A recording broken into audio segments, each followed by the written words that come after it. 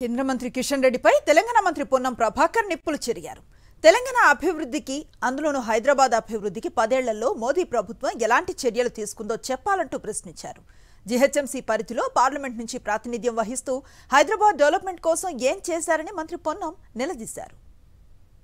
ఒక్క రూపాయి కూడా సహకారం చేయకుండా గత ప్రభుత్వంతో అంటగాగి కేంద్రము రాష్ట్రము ఇద్దరు కూడా మిత్రపక్షంలాగా వ్యవహరించి హైదరాబాద్ను నిర్లక్ష్యం చేసింది మీరు కాదా అని అడుగుతా ఉన్నాం. ఇలా గత 6 నెలల కింద నుంచి రాగానే మొత్తం హైదరాబాద్ నుంచి మొత్తం నిర్లక్ష్యం చేసినట్టుగా, అభివృద్ధి కుంటుపడ్డట్టుగా, అంతకుముందేమో కుందేళ్ళే కురుకుతురే మేము తాబిళ్ళేక నడుస్తున్నట్టుగా మాటలు మాట్లాడుతూ ఉన్నాడు.